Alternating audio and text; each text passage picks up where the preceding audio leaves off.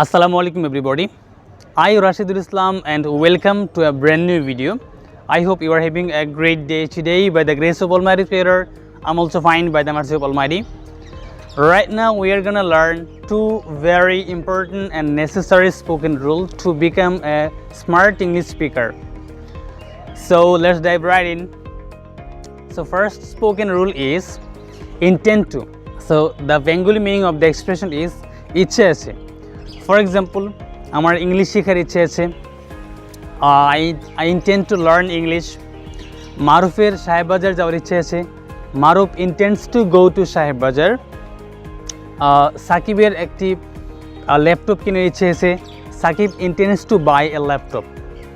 Right? So আমার America যাওয়ার ইচ্ছে আছে. I intend to go to America.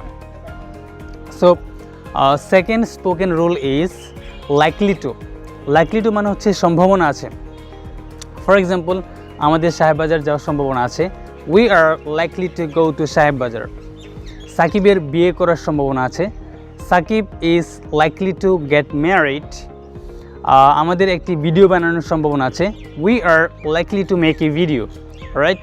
এইভাবে আপনারা হাজার হাজার সেন্টেন্স মেক করতে পারেন এই দুটি স্পোকেন রুল দিয়ে. So that's all. Thank you so very much for patient listening. আল্লাহ হাফেজ.